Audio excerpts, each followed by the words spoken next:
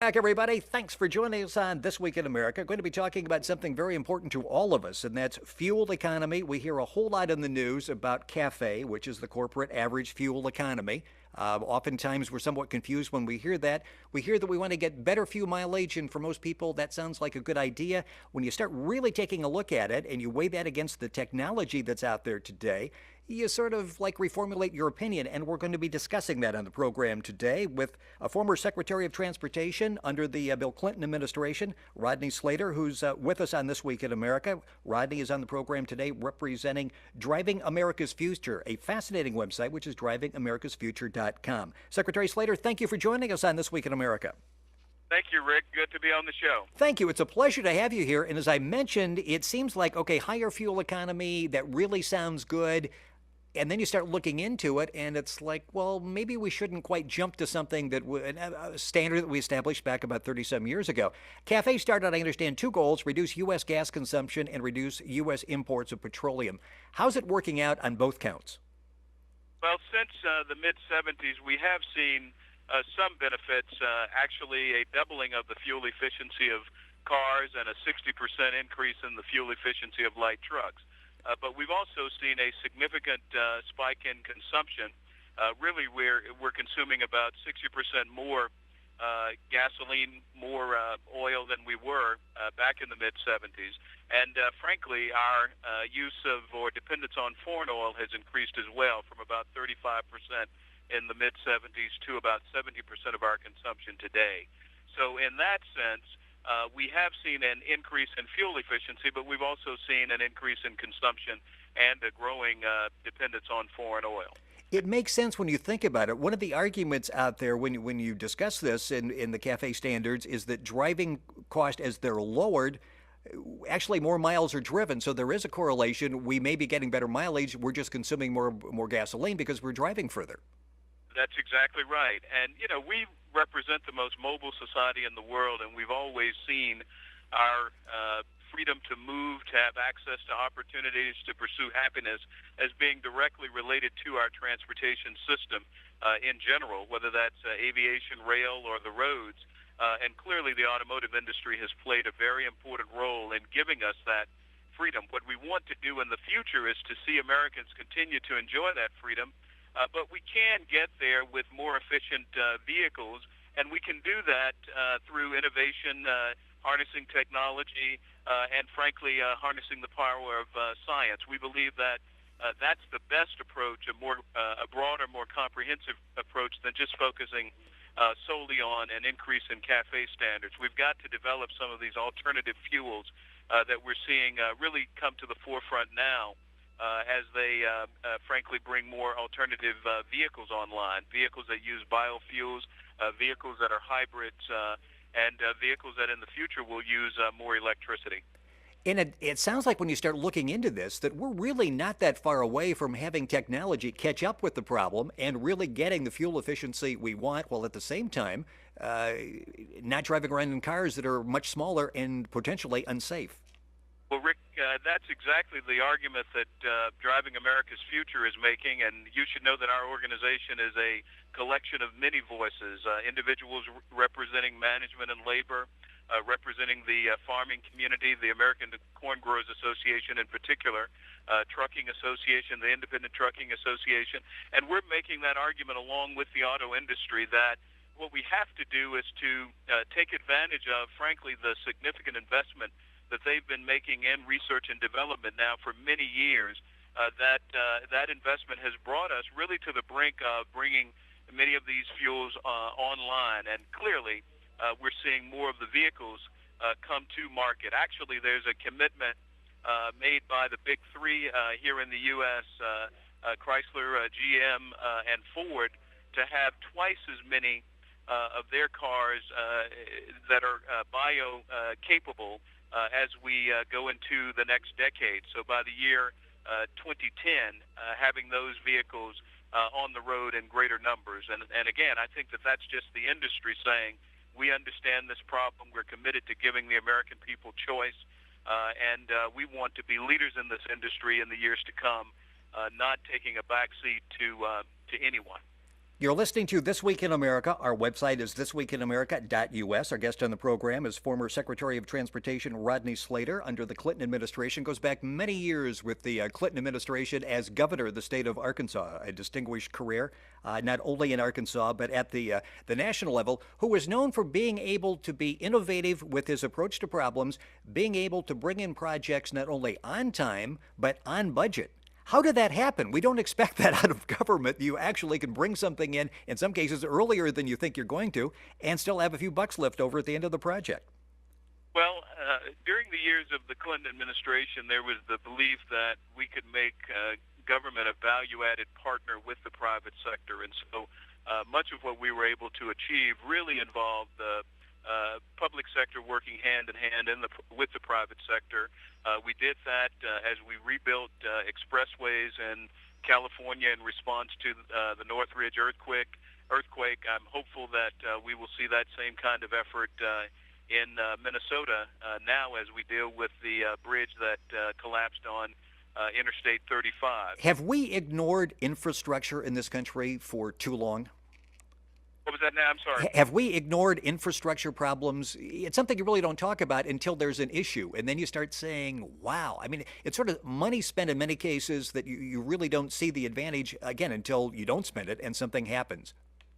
Well, your point is well taken. You know, a few weeks ago, we actually had a major pipe to burst in New York that caused significant damage. Steam pipe, yes.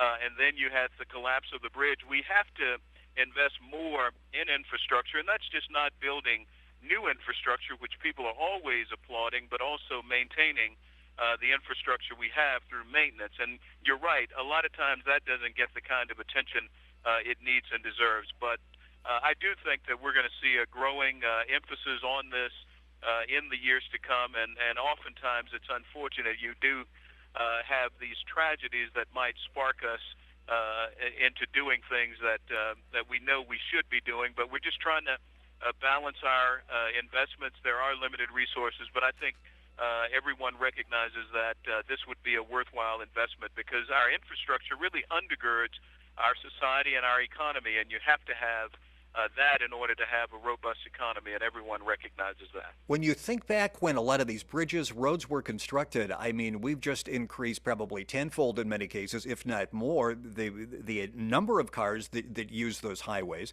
and load limits are a lot greater. So when you look at it, it's like, wow, we're driving, in 2007 conditions with a bridge or a highway that was built maybe in the 1950s or 1960s.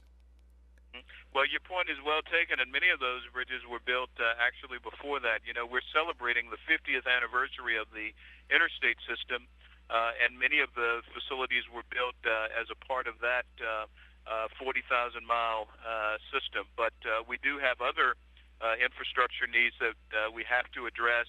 And again, I think we can do this as we make a considerable investment in our energy security, and that's what the Congress is grappling with the new energy bill.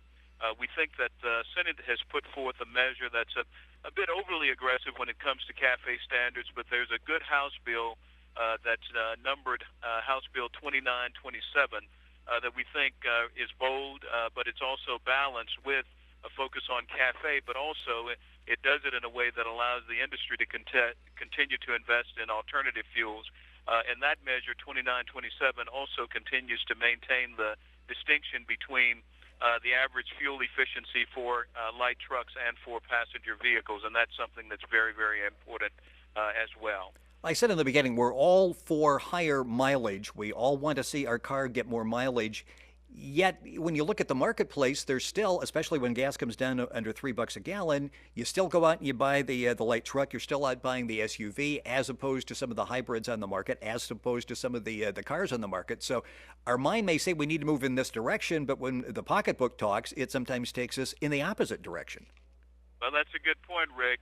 But I'll tell you, the auto industry is coming forward with hybrids that are really very much like the vehicles that we've come to appreciate. Those at least 5-passenger vehicles, whether that's a light truck in some way, an SUV, or a minivan, and they're making many of those now as hybrid vehicles. That's what I mentioned earlier.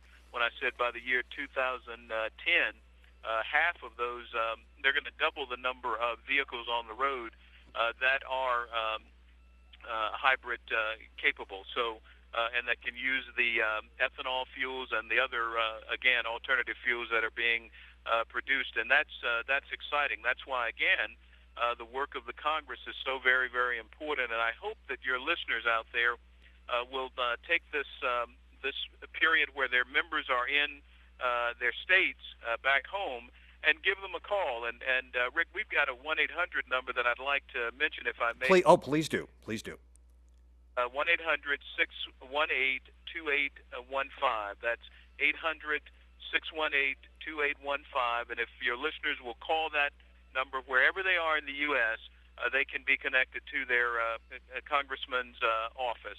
And so we would encourage them to do that. And if they can support 2927, which we're for, we would encourage them to do that as well. Secretary of Transportation under the Clinton administration, Rodney Slater, our guest on This Week in America. Our website is thisweekinamerica.us. He's representing Driving America's Future. Very simple. The website is Driving America's Future. You've got the 800 number. We'll have that on our website as well. You can go onto our website and link up to Driving America's Future.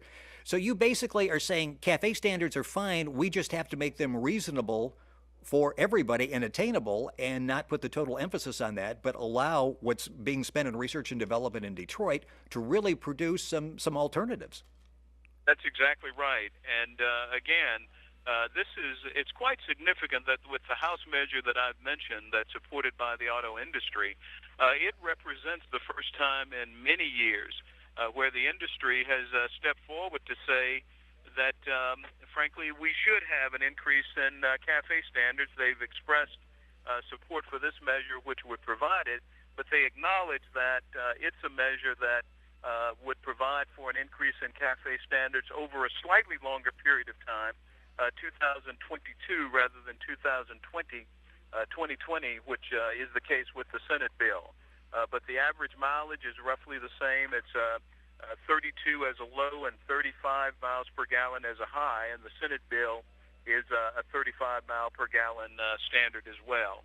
But if we do it with the timeline that's provided by the House bill 2927, it will allow the industry to continue to invest in these alternative fuels, which will ultimately relieve us from a dependence on foreign oil, because these fuels are being made from corn products.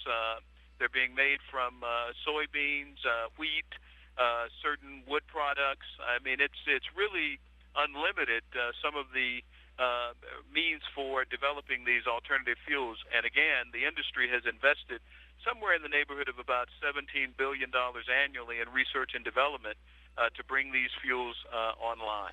We've talked about and we've heard about the hybrid technology, the biodiesel technology out there. Reading a lot about General Motors and what they're doing with the lithium battery-powered vehicle. How is that coming? Is that a viable option for the future, do you think?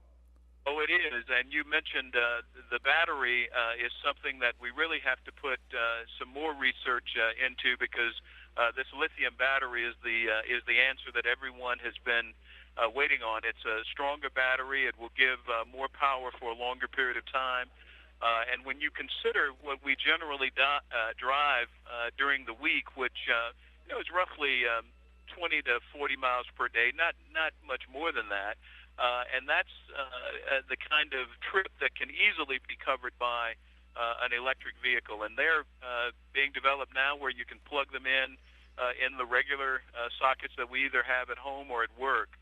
But you do need that battery that's a bit stronger to help you achieve that end. And you're right to mention that GM is really providing significant leadership on this front. I should also mention that, currently there are about 200 models on the road that get 30 miles per gallon or more. This would be across the auto industry. Right. GM probably has about 23 of those types of vehicles.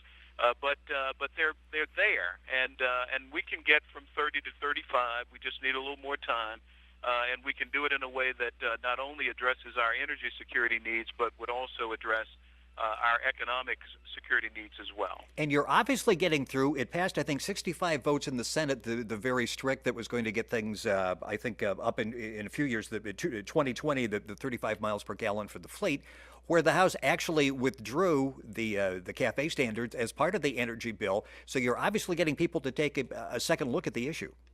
Exactly, and there are a couple of bills before the House, and the one that we've mentioned, it's called the Hill-Terry Bill 2927. We were able to get more than 150 co-sponsors over a short period of time. It now ranks as the House measure with the most co-sponsors, and we just believe that at the end of the day, we can balance the competing interests that are legitimate, that people are arguing about, offering forth, strong cases on behalf of. But at the end of the day, we think that we can answer this energy security concern that's growing, but also do it in a way that recognizes the importance of the auto industry, and that I think recognizes that it's an industry that is not only to be applauded for helping to create the middle class and making us the most mobile society in the world in years past, but it's an industry that, with its green jobs of the future, will have, I believe, its best days yet ahead of us. And it's a bipartisan effort, and the coalition that you're with, the Driving America's Future website, drivingamericasfuture.com, represents people in the auto industry as well as labor unions. So it's everybody pitching in to try to come up with some reasonable standards. Unfortunately, we're out of time. Former Secretary of Transportation Rodney Slater has been our guest on This Week in America. His website is drivingamericasfuture.com. Secretary, thank you for joining us on the program.